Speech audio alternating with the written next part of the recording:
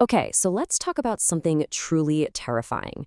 I'm not talking about a substance that just destroys things. I'm talking about one that could literally rewrite reality as we know it. This is the strange matter crisis. So, what is the most dangerous substance in the universe? Your mind might jump to something like antimatter or maybe a black hole.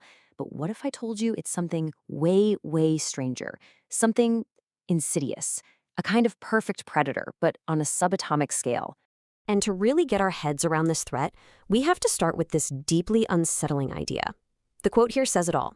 The very matter that makes you might only be metastable, kind of just waiting for a push. Yeah. Let that sink in for a second. So that whole idea of metastability, that's really the heart of this entire problem. Which brings us to our first section, our unstable reality. It all kicks off with something called the Bodmer-Witten hypothesis. So look, everything we know, you, me, this planet, is made of protons and neutrons. And those guys are built from just two kinds of quarks, up quarks and down quarks. Simple enough, right? But what if there was another option? There's a third type of quark out there called the strange quark. And this hypothesis, well, it poses a pretty radical idea.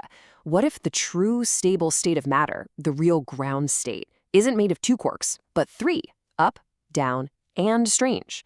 That stuff is called strange quark matter. And this is the best way to think about it. Our everyday matter, it's like a glass of super cold water, right at 0 degrees Celsius.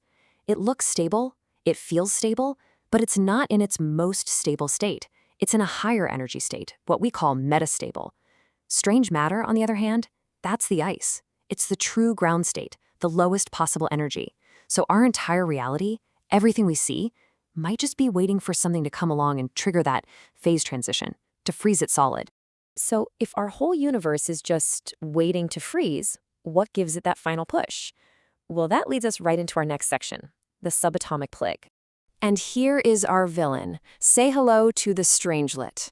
It's a hypothetical chunk, a tiny droplet of this super stable, strange quark matter.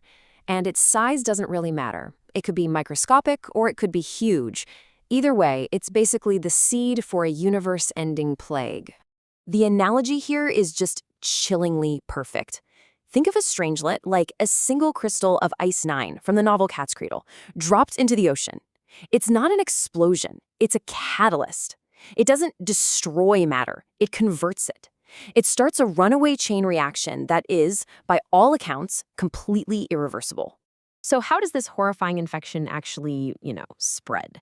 It's a four-step process. First, contact. A strangelet just has to touch a normal atom's nucleus. That's it. Step 2, that nucleus basically dissolves into a soup of its up and down quarks. Then step 3, conversion. Those quarks instantly flip into the much more stable, lower energy strange configuration. And finally, step 4, growth. The strangelet absorbs all that newly converted matter, getting bigger and stronger, ready to go find the next nucleus.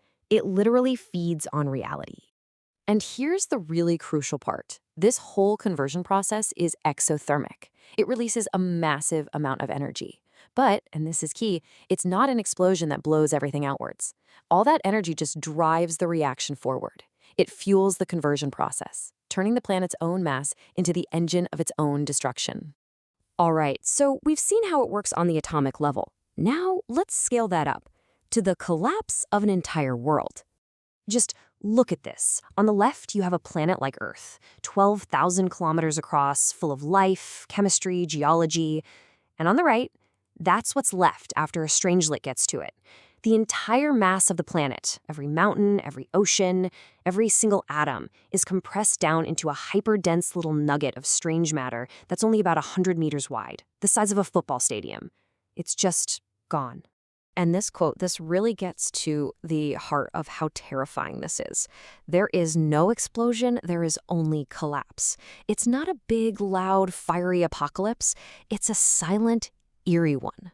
The planet doesn't get shattered into pieces, it just implodes. It gets erased from existence and replaced by this thing. And the aftermath is, well, it's absolute. All life is just erased. All geology, gone. The planet's entire mass is squished into this one uniform object. All the complex chemistry that makes a world interesting becomes nothing more than fuel for its own conversion. The planet isn't really destroyed, it's just replaced. Okay, so if these things are real and they're this dangerous, where in the world, or universe, do they come from? That brings us to our next part, cosmic doomsday engines. So yeah, where are these cosmic killers actually made? The answer, it turns out, is in one of the most extreme environments in the entire universe, the cores of neutron stars. You see, the gravity and pressure inside these dead stars are just unimaginable. It's so intense that it can literally crush neutrons, breaking them down and forcing their quarks to reorganize into that lower energy strange matter state. Okay, so they're born inside these stellar cores, but how do they get out and start wandering the cosmos? Well, it takes something truly cataclysmic. We're talking about the collision of two neutron stars. When these absolute titans crash into each other, they can just fling these strangelets out into space, like silent, invisible bullets flying across the galaxy. And inside the neutron star itself, the process is even more wild. It's not a slow infection like what would happen to a planet. No, it's a runaway combustion. A kind of flame of strange matter conversion just rips through the star from the core outwards at insane speeds, transforming the whole thing into what astronomers call a strange star. And listen, this isn't just some science fiction story.